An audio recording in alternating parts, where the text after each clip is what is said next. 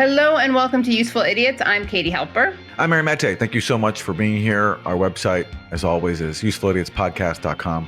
Go there to support the show and get bonus content. This week, we're bringing you two interviews. We'll be talking about the medical situation in Gaza, the Trump administration's decision to now ban wounded Palestinian children from coming to the U.S. for medical treatment. And we'll be talking about the latest in the proxy war in Ukraine and the aftermath of talks between Trump and Putin and Zelensky and European leaders. A whole lot to discuss in today's show. So let's kick it off with four basic food groups. And for Democrats suck, boy, oh boy, do I have a Democrat sucking. So on Tuesday night, Representative Wesley Bell, who represents Missouri and is a Democrat, obviously, and also defeated very pro-Palestine Cori Bush, held a town hall. And let's listen to some of the critiques made by his constituents, and then let's see how he and the police responded to them, expressing their First Amendment right.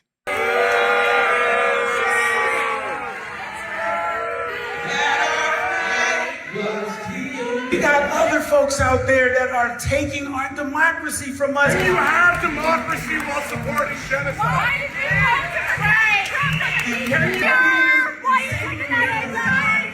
There are a lot of complicated issues about this subject.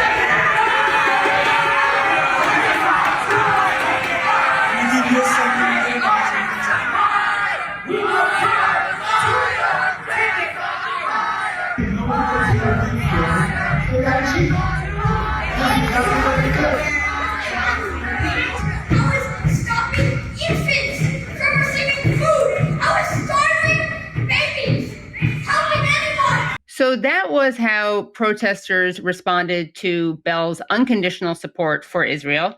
And let's take a look at how police and Bell responded to these protesters.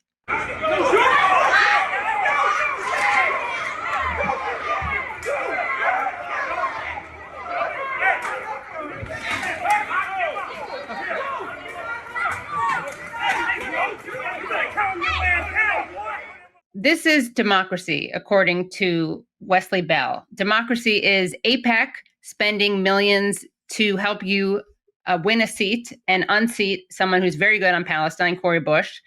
Democracy looks like Wesley Bell then voting to support Israel unwaveringly, provide it with unconditional support.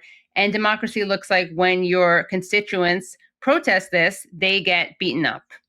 You can't say AIPAC didn't get their money's worth. They spent millions and millions of dollars, and it wasn't just them. It was also the Democratic Majority for Israel, related groups kicked in, I think, $500,000. So they definitely got some bang for their buck. Banging people up. Buying off a candidate can do you wonders if you can afford it. So, All right, let's turn to Republicans suck. If you're talking about the Trump administration, every week there's a new outrage when it comes to their support for Israeli mass murder. Last week, we had the Trump administration announcing that they are banning medical visas for wounded Palestinian children. That was at the behest of far-right influencer Loomer. Now comes a new headline. This is from the Washington Post. State Department fires official after internal debate over Israel. And what were those debates? It was somebody in the State Department wanting to express condolences for Israel murdering Palestinian journalists and also opposing ethnic cleansing. This is from the Washington Post. Shahed Qureshi recommended expressing condolences for slain journalists in Gaza and opposing the forced displacement of Palestinians. He was fired days later.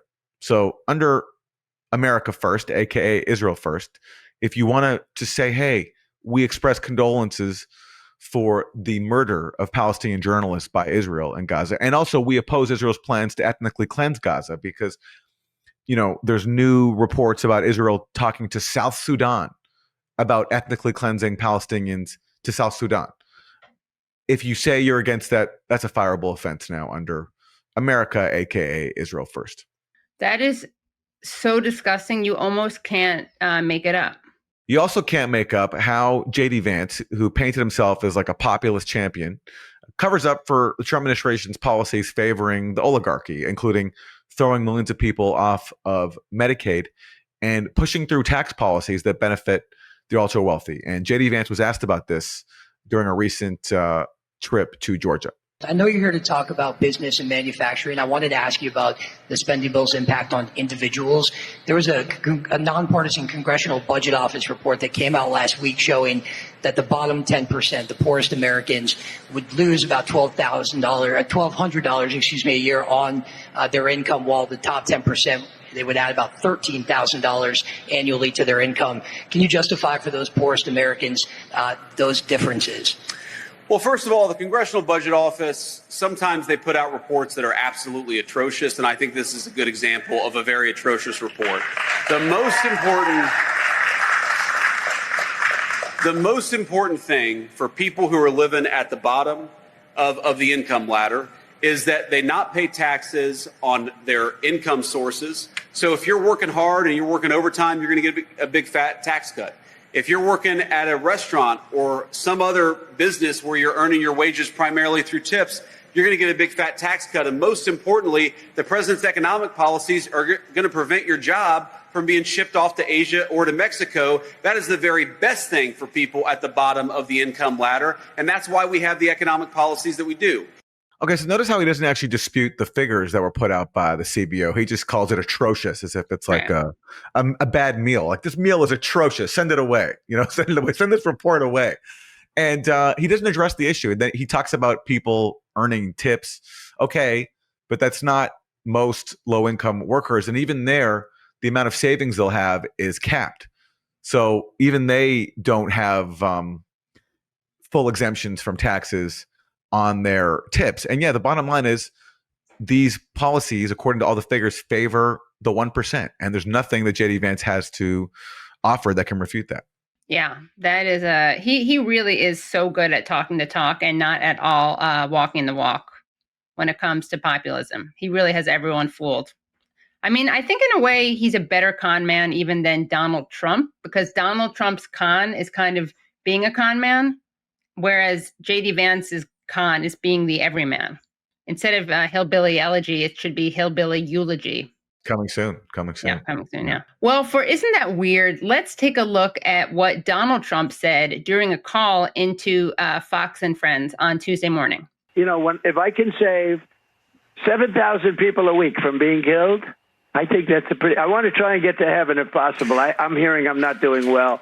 I hear I'm really at the bottom of the totem pole. But if I can get to heaven, this will be one of the reasons. Well, I think I saved a lot of lives with India, Pakistan. They were going at it. The planes were being shot down. That was going to be maybe a nuclear war if I let that go. And I did that through trade. All right. So I like this Trump, this like theological, reflective Trump, wondering if he's going to get into heaven.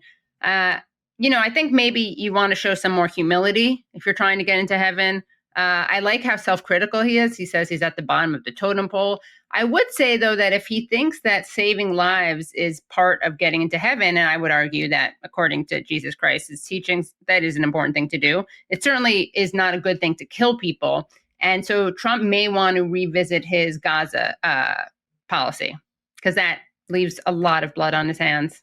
And Jesus himself was Palestinian, so I'm sure he doesn't like that. Their whole thing was when they campaigned, like, Americans are tired of these foreign wars and we're going to get the U.S. out of them. And now it's like Americans are tired of certain foreign wars and we're going to stop some of them.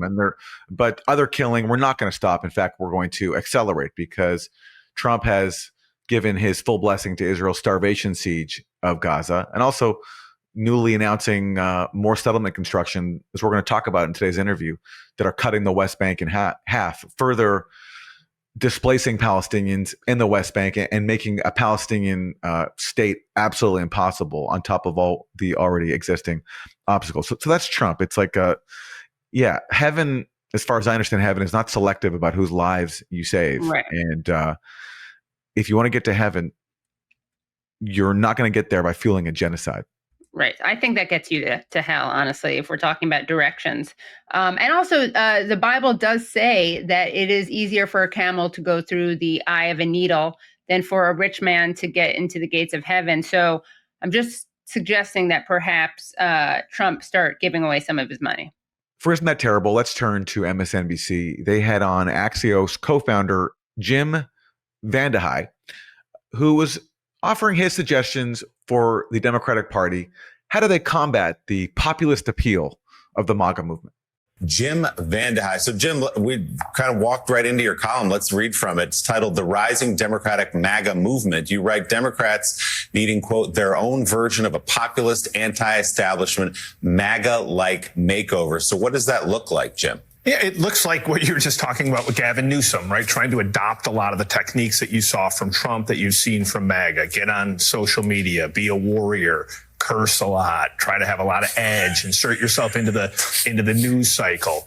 I think the bigger part, though, is what you've seen happening in New York, what you've seen happen in Minneapolis, the popularity of Bernie Sanders, the number of people turning out for AOC events, that right now the momentum in the party is very much for the very progressive wing of the Democratic Party, which is not that much of a shock, but I think is probably problematic in the off-year elections for Democrats. It's just not where the vast majority of the country seems to be. I think it's one of the reasons that the Democratic brand overall is low. This is like the most lib argument I've ever heard. Okay, so progressive politicians like Bernie Sanders and AOC, they're popular, they're drawing big crowds, and this comes at a time when the Democratic Party needs to rebrand and offer a populist message. And so therefore, the popularity of Bernie Sanders and AOC, who are progressive populists, is a bad thing, because in his eyes, that's not really what America wants.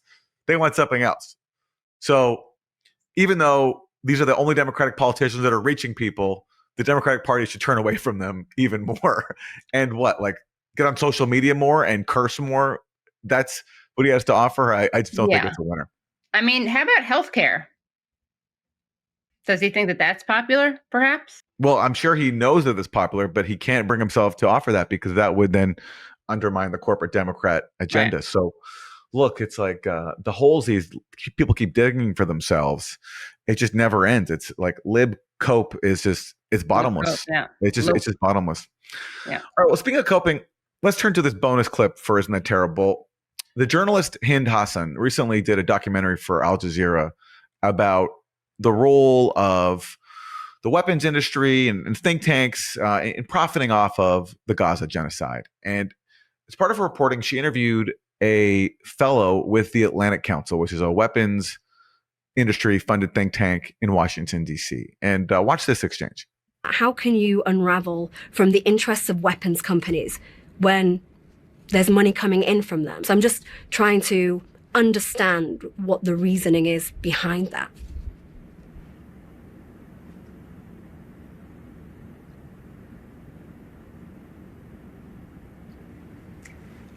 I think you're right that it's something that a lot of people have commented on, the relationship between the interests, and we see this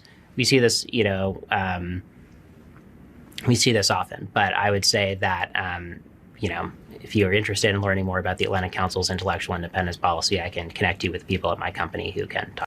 Wow, that pause was so long in between her question and his answer that you really started to feel bad for him almost. Yeah. And it gets worse when he starts talking. And then I know. Then you miss the pause. Yeah. And then exactly. Yeah, exactly. The pause is better than the answer, because then he says talk to my manager. I can refer you to our independence policy. Yes, I'd love to hear more about your independence policy. After you cannot answer her very obvious question. That's a great clip. Yeah. And those have been your 4 basic food groups. We're so excited to be speaking to Dr. Omar Abdel-Mannan. He is a pediatric neurologist and founder and president of Health Workers for Palestine.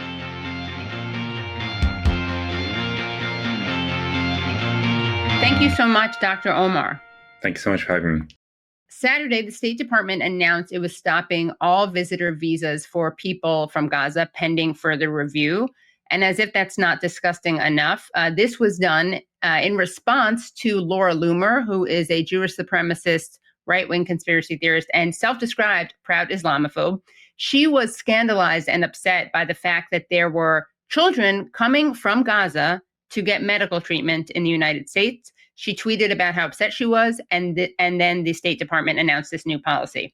So, Dr. Omar, you're someone who has also worked on bringing children from Gaza to the UK, where you live and practice medicine. Tell us about this process and why it's so important. Yeah, thanks so much, Kate. So we, as you said, we've been working since pretty much November 2023, lobbying and advocating for children to be evacuated from Gaza to the UK for specialist medical treatment. And just for some context, if we rewind back to when the Russian invasion of Ukraine happened, we had dozens, if not hundreds of children come across to the UK within weeks of the Russian invasion of Ukraine that came for specialist medical treatment in the UK. So this was a model that was already set up. I'm a pediatric neurologist, so I work in a hospital, one of the largest children's hospitals in the UK. And I can tell you that from day one, when we met the leadership of the hospital and other hospitals in London and the UK, they were very much sympathetic and ready to help bring children across and do what is needed to provide care to these kids within our National Health Service. What transpired very quickly was that the block, which has led to only 3 children thus far coming to the UK from Gaza for treatment, was the government, the UK government, essentially the Home Office, which is the responsible body for granting visas or permits for Gazan residents to come to the UK, used a number of excuses, including the lack of biometrics that could be done within Gaza because the biometric centers had all been bombed, and the safety and security to actually bring these children out and transport them to the UK. So a charity called Project Pure Hope was set up to basically help fundraise enough money from private donors to cover any costs that would be incurred by these children coming across, because the UK government itself was not planning to pay for these children. So as you said, thus far we've had 2 children with congenital conditions that came across about 3 months ago. Both have undergone treatment here in the UK. And then the third child who came across, I flew across from Egypt to London with him and his family, is a 15-year-old boy whose name is Majd. His left jaw was shattered and broken and destroyed by an Israeli airstrike on his family tent that they had been displaced from. And he came with 2 siblings, his mother leaving behind 2 siblings and his father and the rest of the family back in Gaza. And he's the first injured child that's made it to the UK so far. And just again, for context, over 7,000 children have been evacuated for medical treatment outside of Gaza. Many of them have gone to local countries like Jordan, Egypt, the UAE. But in fact, over 300 children have come across to Europe. Spain, Italy, France, Belgium have all taken children. The US, Canada have also contributed to that support. So the UK has been really a pariah state in this relative to other countries. And I mean, in some ways, it's kind of ironic, because I think that these governments that enable Israel actually should be providing medical care. I mean, they shouldn't be allowing the genocide that's happening in the first place, which would, of course, prevent the need for all this medical care.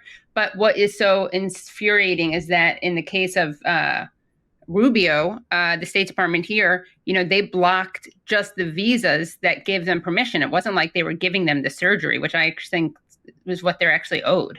Yeah, absolutely. So I think this has been exactly as you said. These governments, the UK government, the US government, the UK government, Germany, these countries have aided and abetted and armed the Israeli state to commit genocide in Gaza.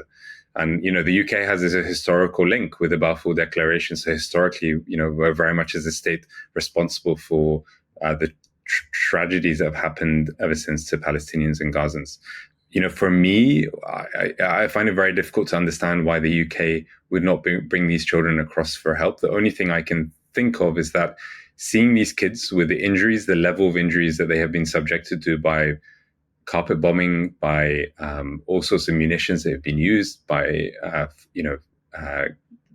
tents being on fire, with the extent of the injuries, would be an obvious statement and an obvious affront to the British public of what their tax money has led to. Their tax money has been used to maim, kill, and exterminate Palestinians en masse in the first genocide of the 21st century and the largest extermination of Palestinians since the Nakba. So there's many parallels between what's happening in the US and the UK on that note. And I think it is high time for the government to be bringing these children across. And I just, after Measured came across, 2 days later, the UK government actually announced that they would be bringing 300 children across within weeks for treatment under National Health Service treatment. So as anyone here would be treated, so publicly funded hospitals with no private donations.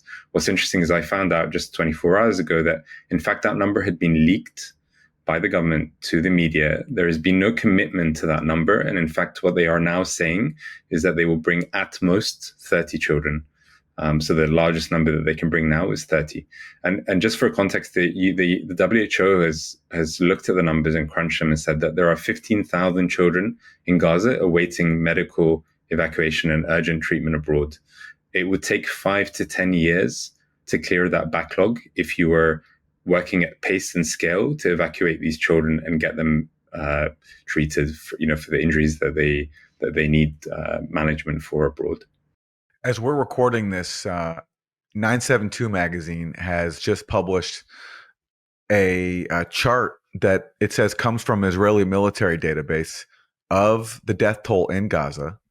And according to this Israeli military database, 83% of the deaths in Gaza caused by Israel are civilian, which is not a surprise to anybody observing this, but it completely contradicts the propaganda that Israel has put out that they are going after Hamas.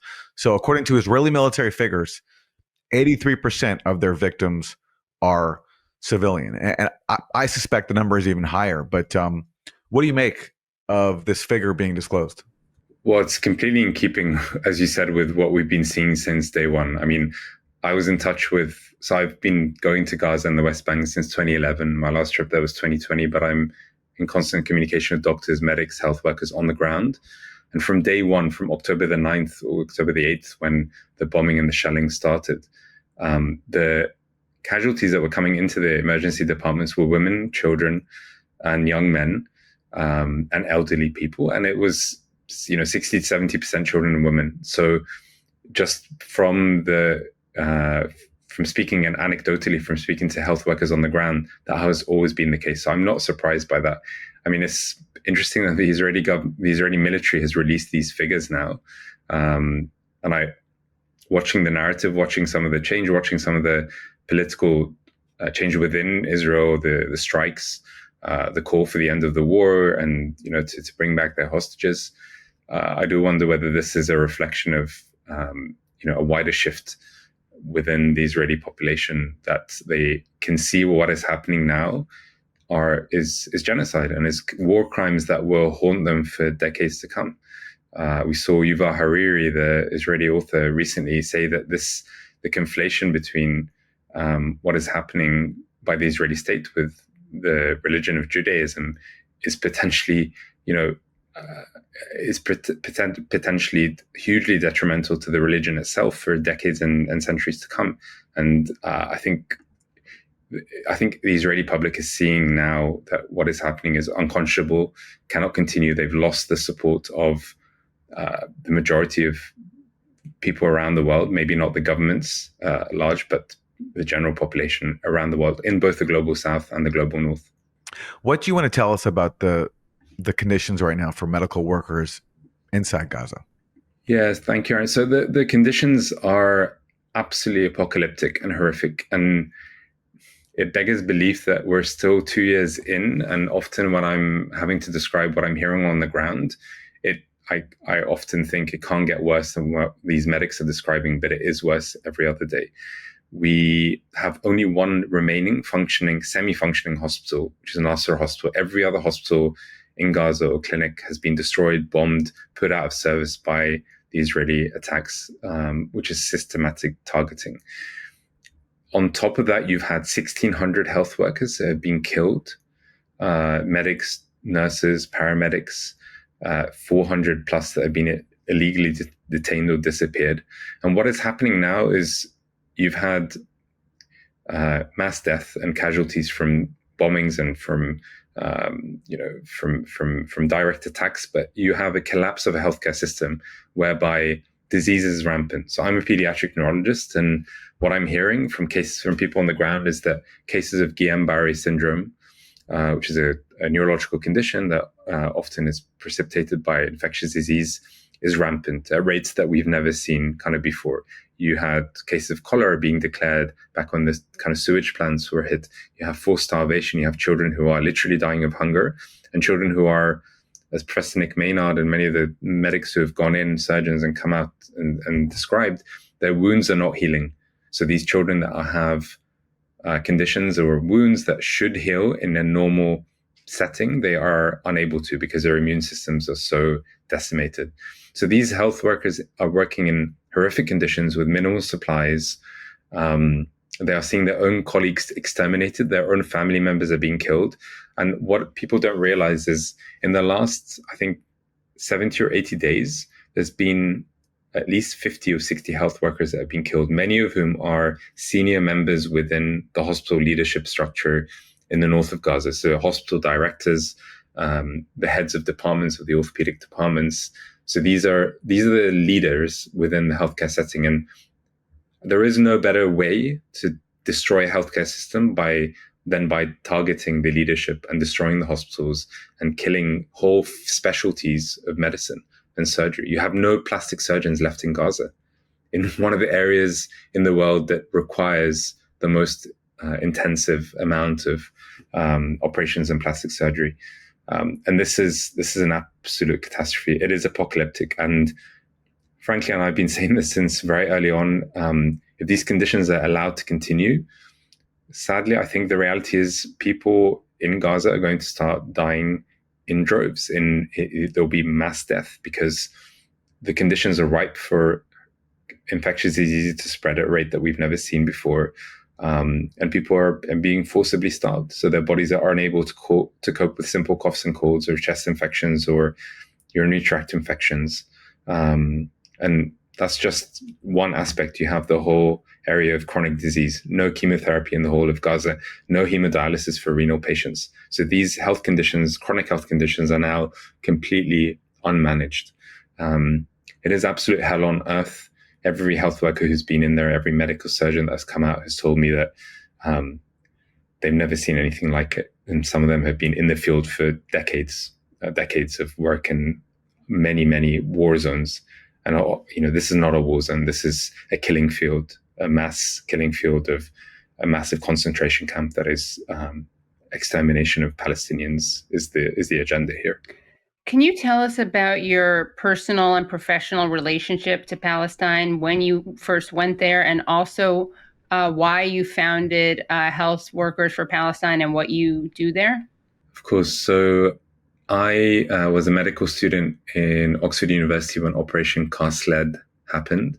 I became very involved in the student activism at that time. And just for context, within a week of Operation Cast Lead, we had occupied one of the university buildings similar to the encampments that we saw all over the world recently. So this is nothing new. And in 2011, I was very fortunate to be invited by Professor Nick Maynard and his colleagues to travel to the West Bank to teach medical students on medical delegations in the main university there. I instantly fell in love with the country and the people and the culture. I was fortunate to then go every year. And in 2014, Gazan medical schools reached out to us and actually said, why are you guys going to the West Bank? We need you more.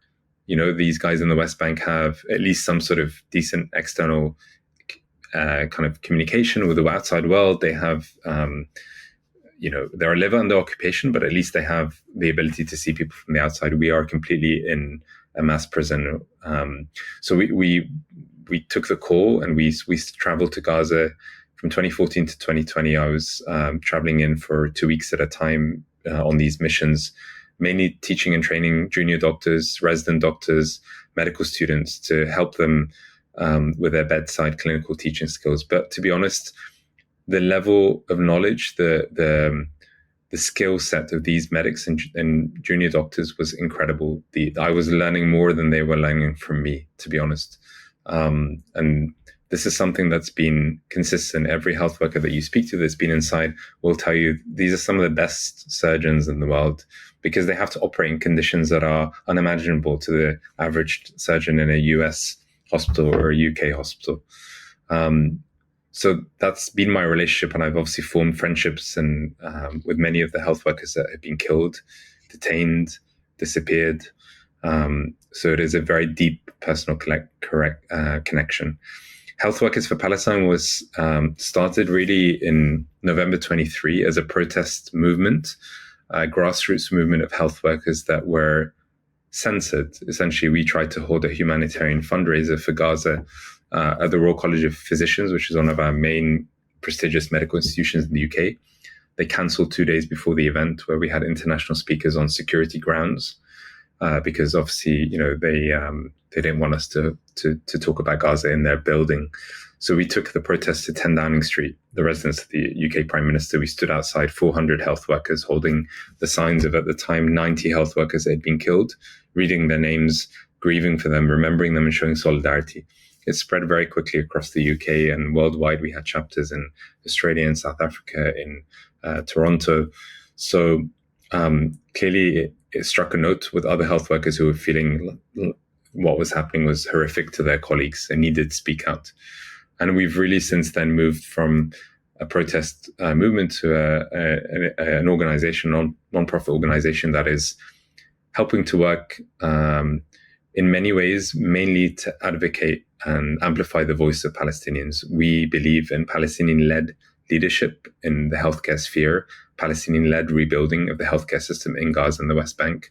And we are very much working both externally with many of our coalition partners, but also to support health workers in the UK who are being censored, doxxed, threatened at work for their social media activity, for their activism, for speaking out against genocide, which is rampant, frankly, in our healthcare institutions.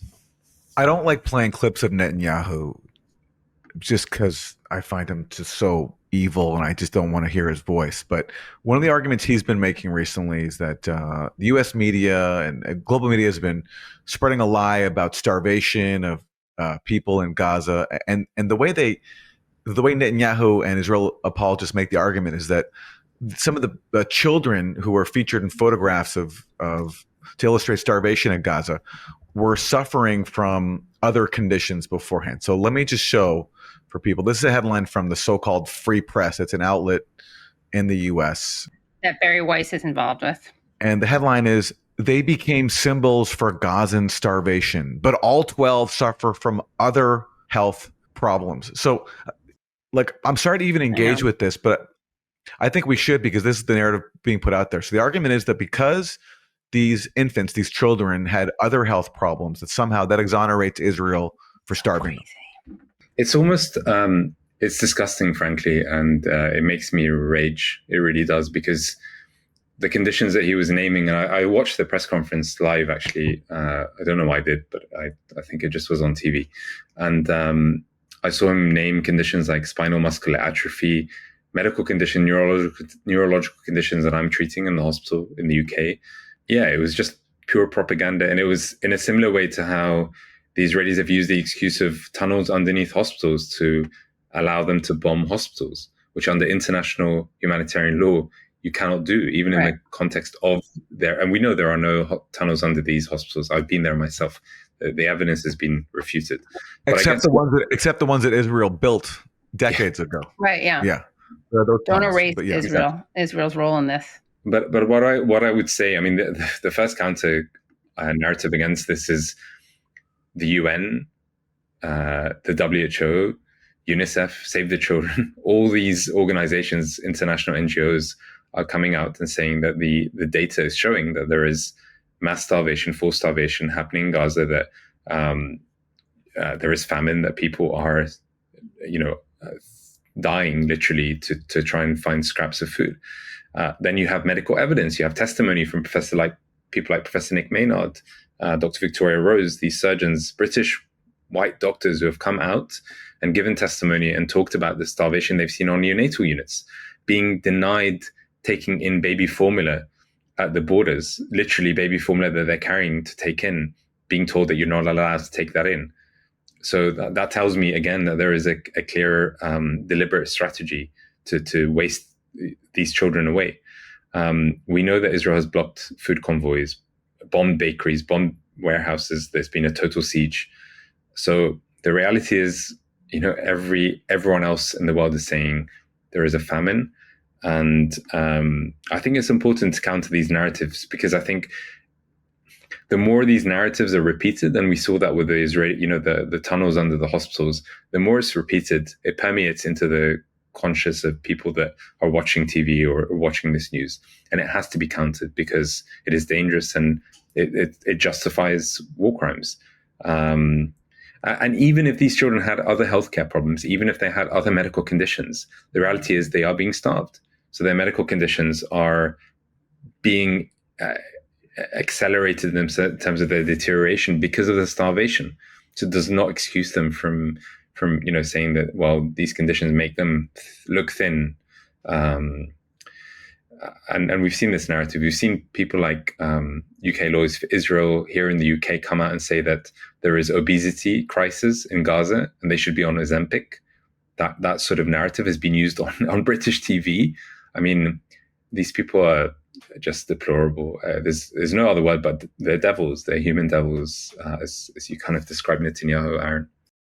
Like Nazi Holocaust deniers, they're on the fringe. I mean, they're abhorrent, but they're on the fringe. Like, you don't come across Nazi Holocaust deniers on corporate TV, but yet, in the US, this outlet I mentioned, the so-called free press, there's talks now about a major media giant buying them for something like $200 million and then them having a possible role in CBS News. So it would be like giving Holocaust deniers, Nazi Holocaust deniers, control of a major news outlet. But that's what looks like will be happening now with Gaza Holocaust deniers. It's just it's well, to be fair, I mean, the Nazis had a lot of media legitimacy during the Nazi Holocaust, so maybe it's only fair that supporters of this Holocaust get a powerful voice in the media at the same time. I mean, I'm being sarcastic, obviously, but that parallel in some ways does work, Aaron. And just to touch again on that disgusting, like, defensive argument put out by Israel, which I actually think is almost useful because it's such a deplorable, disgusting argument that I think it opens some people's eyes who maybe don't already see it to the evil of what Israel is doing, because they're basically saying, don't get upset about these kids dying of starvation because they already had something wrong with them. I mean, speaking of the Holocaust, I mean, it has a eugenicist ring to it.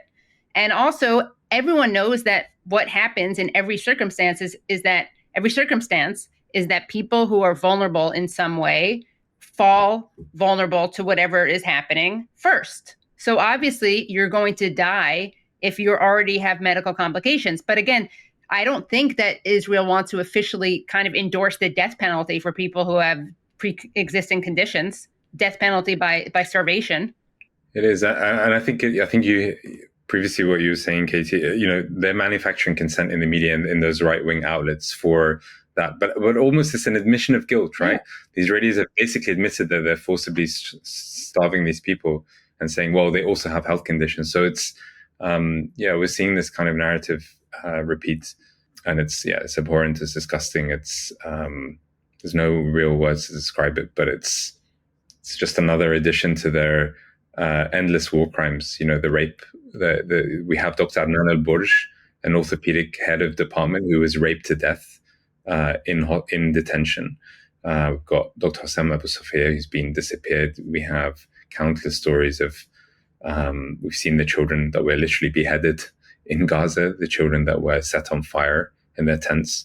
So every one of their lies is also a projection of their own guilt, what they inflicted on Palestinians for decades, not just for the last 22 months. Right, every accusation is a confession. And it's also, I mean, the media here, the Western media, has literally reported on lies about beheaded children, saying that Israeli babies were beheaded, lies about rape, saying that there was mass rape of Israelis, while totally ignoring. It would be one thing if they reported on that, but they also reported on the fact that Adnan al-Bursh, as you said, was raped to death. The documented rape of Palestinians.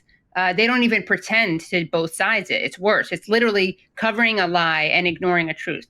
Yeah, look, I think, and I see that also reflected in the Palestinian children versus non-Palestinian children. So the way, it's been, the evacuations, for example, or the way they've been reported, the fact that Ukrainian children could be flown over within weeks, but Palestinian children. So this is part of the dehumanization where the Western world has allowed Israel to pass these lies that have basically made Palestinians seem subhuman or not human enough to the West. I've reflected on it a lot, and I do actually think it's inherent racism. I think these are brown children who, for them, are not important enough. They're not worthy enough of life as Israeli children are, as UK children are, as American children are. And we've seen that play out with the language that they've used as well. So this is kind of the end result of this dehumanization language has been allowed to continue and propagate for decades again. Because there's a genocide going on in Gaza, we all overlook the West Bank. So let me ask you about that quickly. As we're recording this, the latest news is that Israel has approved the E1 settlement that has been a long-term project that essentially completes the cutoff of the West Bank. It would cut off north from south and also cut off all Palestinians from East Jerusalem. Your thoughts on this and overall the healthcare situation in the West Bank, where there's overlooked but routine Israeli terror from both soldiers and settlers against Palestinians? Yeah, absolutely. I mean, Aaron, because Gaza is where the genocide is in full view. What we forget is there is actually a slow genocide happening in the West Bank, which is also accelerating. The largest number of killing of Palestinian children in the West Bank has happened in recent history, since October 2023. You've got healthcare facilities that have been attacked. We remember in Jenin, there were Israeli soldiers that went in pretending to be patients and literally shot dead Palestinians within a hospital in the West Bank in Jenin. So this has been happening and completely under the radar because of the reality of the forced starvation, of the bombing, of the killing en masse of Palestinians in Gaza. But I think what is happening in the West Bank is extremely worrying. I think many of my Palestinian colleagues and health workers that I know that work in the West Bank have been saying that they are seeing signs of the complete annexation. Their daily freedoms, so-called freedoms that they have under occupation, are being restricted. The ability to travel between towns, to go back to their home, they're often stranded, and blockaded in. And on top of that, you have attacks by settlers in ways that we've seen, as you said, these settlements that are being built up. It's also rapidly expanding, and you've got Israeli fascists within the government like Ben Gvir and others who are again manufacturing consent for this to happen, because when people are seeing their leadership speak in that language and say it's okay to wipe out the idea of a Palestinian state, then why not? Why wouldn't a settler go and take a piece of land that they feel is theirs? So this is just the next step. And what's highly concerning is, I think, what's coming to the West Bank next is probably something we haven't seen in our lifetime, and we mustn't, as a liberation movement, we must not take our eyes off what is happening in the West Bank as well. What is the relationship between Palantir and the NHS, or the National Health Service of England? This is highly sinister. And essentially Palantir, as we all know, is a US spy tech firm tied to the Israeli military, ICE in the US and the UK Ministry of Defense. And essentially the NHS signed a £300 million sterling contract with Palantir for them to basically mine patient data and to basically provide our sort of data platforms and tech within our healthcare system. So the concern is, obviously, we know that Palantir is connected to Operation Lavender. It's connected to surveillance of Palestinians, to AI technology that has been used in this genocide. So essentially, we are working in healthcare institutions now that are rolling out Palantir technology that is literally directly complicit in genocide. So there's been an amazing group of health workers here in the UK called Health Workers for a Free Palestine. They have been lobbying and advocating for at least the last 2 to 3 years since this contract was announced. They've been applying pressure at government level, at institutional level, trying to make sure that this rollout does not happen in the way intended. That is intended, and it's just as a health worker who's looking after children, trying to save the lives of children in the UK, to think that you're working in an institution that potentially is directly linked to a complicit settler colonial state that is exterminating Palestinians is very difficult to deal with, and it's very difficult as health workers to know that this is happening kind of under our noses. So we as a community are trying our best to push back against that. But the reality is, this is not just in the healthcare sector. This is across tech, across media, across all sectors of society.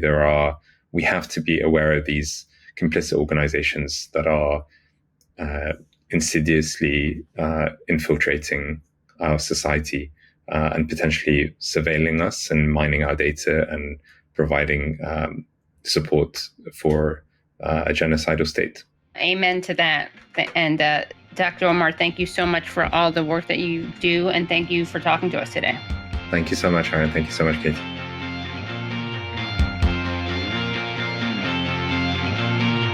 And thanks again to Dr. Omar Abdel-Mannan. His group is Health Workers for Palestine. That's Health Workers, the number 4, Palestine.com. Let's turn now to my interview with Richard Sakwa. He is Emeritus Professor of Politics at the University of Kent. His latest book is The Culture of the Second Cold War.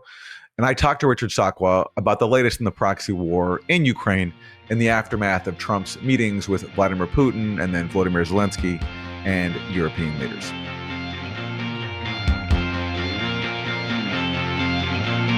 Richard Sakwa, thanks so much for being here. It's my pleasure. I'm first curious about your overall impression of where things stand in the aftermath of the Trump-Putin Summit in Alaska, followed by the meeting between Trump and Zelensky and European leaders at the White House. It seems to me that basically only one thing has changed, which is that Trump has gone from demanding that Russia agree to a ceasefire and threatening sanctions if Russia doesn't agree to that, to basically adopting the Russian position that forget the ceasefire, there needs to be talks on a comprehensive peace deal that would end the war for good. Other than that, I don't see that much has changed in the Ukraine conflict. What is your take? Yeah, absolutely. It's things have moved very fast, of course, but going around in circles. But there has been some achievement. More has been achieved, and certainly in terms of setting out the parameters of a possible deal in the last few days than there have been in the last 4 years. So that is some achievement. And it seems that Trump is committed to this at this moment in time and is devoting most of his time to getting some sort of a deal.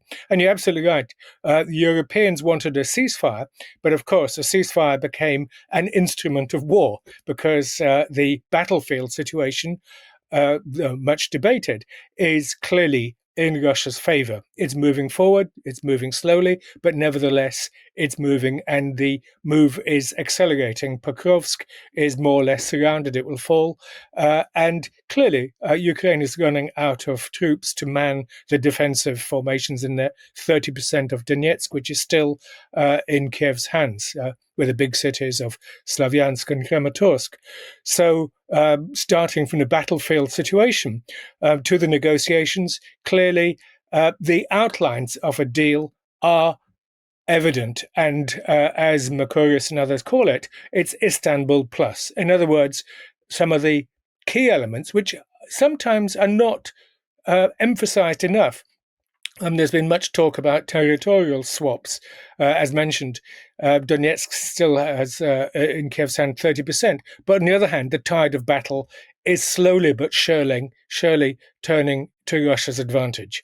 So it's not, and that's one reason why the Europeans are, trying to reinforce and to bolster Zelensky in the negotiations, saying, refusing a land swap. But it's not quite clear whether that position can be maintained. And of course, there's the big debate about security guarantees, though absolutely no clarity what, who, and what would be their mission purpose. So everything is to play for. Yet, as I say, the fact that we're having this sort of discussion now is one which we couldn't have had since Istanbul in the early days of the war, March, April 2022. Let's go to the issue of security guarantees.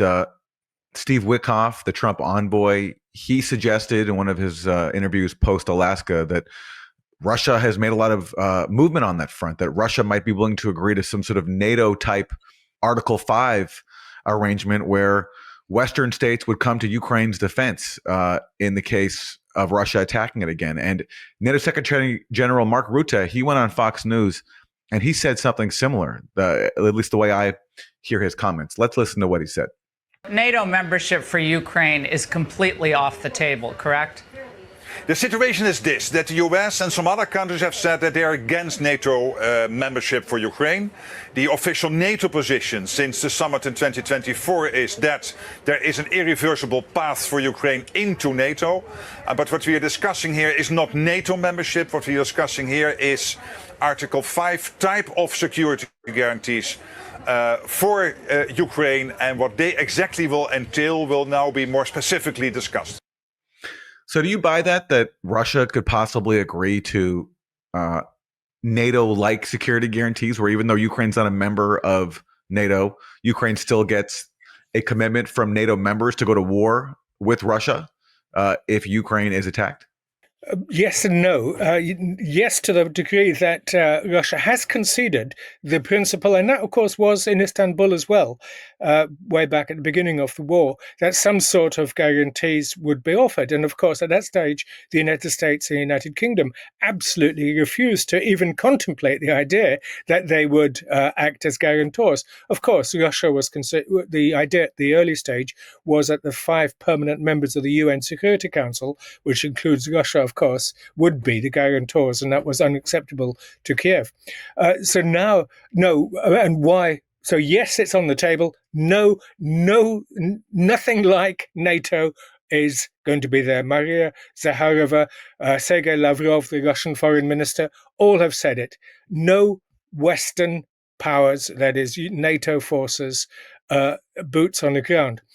But some sort of guarantees, there's been much talk of some sort of UN brokered framework, some sort of Chinese-Indian involvement. I mean, all of this is speculative, because what would they be guaranteeing? So in a sense, all that discussion is a classic European Union detachment from reality, because in the first instance, one has to have a sort of a framework for the deal itself. And until we have that, what will they be acting as guarantors of? So that's the key point. And, there's been much talk, and in fact, that's come back now, the idea of some sort of Austrian state treaty equivalent. If you recall, in 1955, both the Soviet and US forces left Austria. It was not particularly strategically important to either, and they weren't going to fight over it. And there's that sort of talk. And Austria, of course, has thrived in that framework, and it remains outside of NATO to this day. So a guarantee, and of course, the other side, which is often forgotten, there has to be guarantees for Russia as well, in the sense that also its security has to be guaranteed. So everything's to play for. And so I think that this discussion of security guarantees at the center of debate at the moment is slightly misleading, and deliberately so, it seems to be. Well, a few months ago, Victoria Nuland, who's a former senior State Department official under Obama and then under Biden, she laid out her vision of what security guarantees would look like for Ukraine. So it has to have a very, very strong military going forward. It has to have air defenses, and it has to have international support. The Europeans have talked about a peacekeeping force. That's one way to do it. Another way to do it would be to have Western forces or international forces offshore who could, strike Russia if it broke the deal. But without those kinds of guarantees, why would Putin just not come back for more when he gets bored of this deal? Because he's made very clear that he doesn't consider Ukraine a country, and his aspiration is to control all of it. Okay, so that's Victoria Nuland. So, 2 points there. Would Russia ever agree to the arrangement that she floats, that basically there be Western forces positioned offshore that could strike Russia if Russia violates a peace agreement? And then second of all, if you could address her argument that, Russia might violate any future peace deal because Putin doesn't consider Ukraine to be a country and wants to control all of it. Again, the answer is no to both of those. Offshore, Ukraine is a land power. It's got obviously a Black Sea coast, Sea of Azov as well, but it's a land power. So offshore, what does it mean? Big troops in Poland, Romania, and other border countries? It doesn't make sense. Russia's been quite unequivocal about it. And that's what the war's been all about. And so Russia's hardly likely to agree to it. And so what we're basically saying there is that right from the beginning, Ukraine was not in NATO, but NATO was in Ukraine. And that was unacceptable all the way back to, by the way, 1997, when there were military exercises, Sea Breeze, began around Crimea. So that's just simply not acceptable. As for the second point, it's this fantasy of Victoria Nuland, the neocons, about what has started this war. When Russia talks about Ukraine, the idea that it doesn't accept it as a sovereign state, clearly is not the point. It's a misunderstanding the causes of the war. And as I've been arguing, and as so many of us have been arguing for so long, it was all about security, all the way about NATO enlargement. But NATO enlargement was symbolic of the larger failure of the European security order, all the way back more or less since the beginning of the post-Cold War years. So the idea that it would give it up. But what sort of Ukraine emerges out of this is again at the heart of it.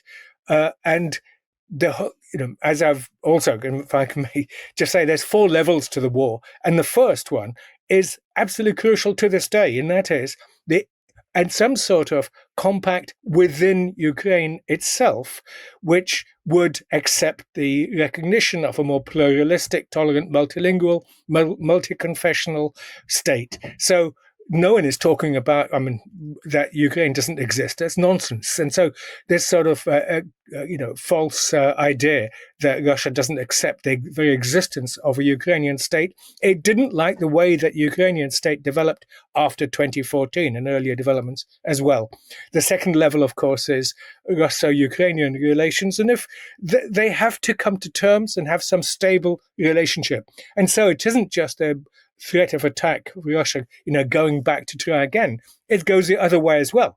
What can guarantee that they won't, as per Minsk 1 and Minsk 2, a frozen conflict which always has the potential to explode into war. The third level is intra-European, and that's catastrophic. Of course, we've seen the European Union leaders traipsing off to Washington earlier this week after Alaska. And what were they doing there? Some very nasty words spring to mind about the circus, about a bunch of clowns completely detached from reality. Even Giorgia Meloni, you may have seen in one of the clips, when Merz was talking, the German leader, she rolled her eyes just because the unreality of it.